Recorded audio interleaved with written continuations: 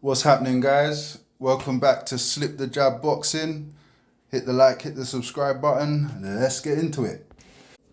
Are brawls or fracases bad for boxing? I mean, usually when I ask a question for a video, I'll answer it at the end, but I think I'll answer at the very beginning and just say no. No. I mean, I'm seeing a lot of backlash about this Fabio Wardley and David Adeleye beef that happened. I've heard people saying, it's assault, it's bad for boxing, it makes boxing look barbaric.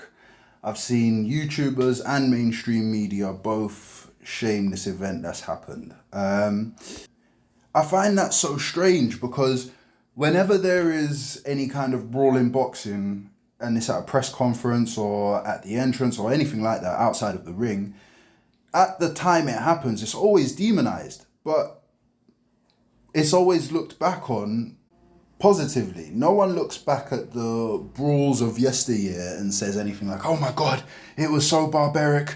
Oh my God, it was so embarrassing, or any of these kind of things. No one says anything about assault or all those kind of things. People talk about the anticipation for the fight. People talk about how it got them excited for the fight. People talk about how during the fight, you could see the hate was there. They were bearing for each other's blood. All of these kind of things, So in the moment when a brawl happens, when a big fracas happens, I'm not exactly sure why the instant reaction, especially amongst British fans and British media, is to demonize it. I mean, one of the most famous boxers in the UK at the moment is Derek Chisora. Why do we love Derek Chisora? Because he's a madman outside the ring. My man had, 9 to 12 losses and was still on pay-per-view. You think that was because of his boxing skills? Of course not. It's because he's lively outside of the ring. When a Derek Chisora fight is happening, it's going to be brilliant in the build-up. It's going to be brilliant it's going to be brilliant during the fight.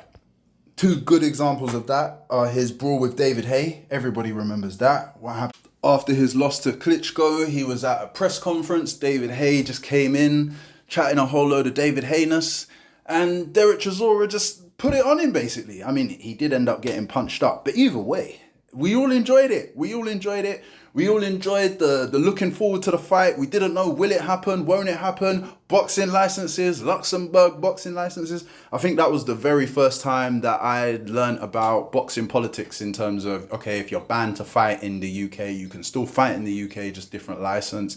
Obviously, that became relevant when Conor Benn allegedly failed his PED test when they tried to carry on with that fight. Another example would be Chisora White. Come on, Chisora White won. That is brilliant. Come on, the gloves are off. What brilliant programming, and he's like, who's the donkey?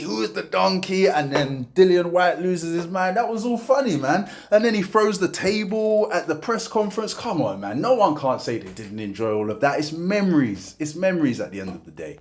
Even when I was a young boy, I remember my dad coming home telling me, oh my God, Mike Tyson and Lennox Lewis, they got into it at the press conference. There was rumors about Mike Tyson biting him in the leg, all that kind of madness. And it just builds anticipation for the fight. Who turns around and says, I don't want to see that fight now. Those two are barbarians. You never hear that. You never ever hear that. And please let me know if I'm wrong in the comments, but I don't remember any fight actually being called off because of any kind of issues happening, physical altercations happening in press conferences or outside of the ring, basically. I don't remember. If someone can, let me know in the comments, please. It would be appreciated.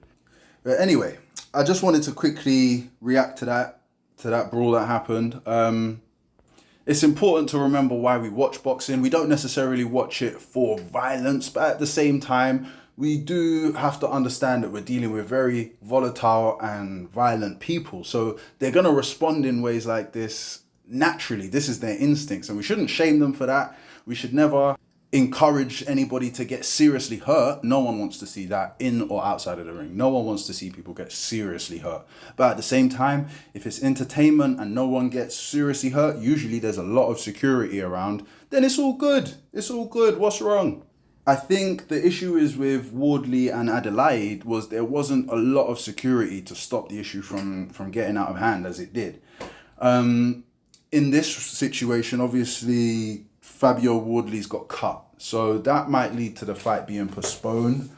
We'll have to see what happens there. I mean, the idea of the fight happening in Riyadh, I'm not the biggest fan, as it's a British title fight anyway. So realistically, if it gets postponed and it gets relocated to the UK, I think that's for the better anyway. Right, guys. Keeping it short and sweet. Let me know what you think in the comments. Let me know if you agree, disagree, if you think it's barbaric, if you think it shows boxing in a bad light. Let me know. Right. Have a nice day, all of you. Take it easy. Hope you enjoy this little outro. You look like Who is the donkey now? Who is the donkey now? Trust me, I got You're more than that. a goat. I got more than that. So you want me to put it on you? I'll put it on you, pussy. I'll put it on you, pussy. I'll put it on you, pussy. Easy. I'll put it on you.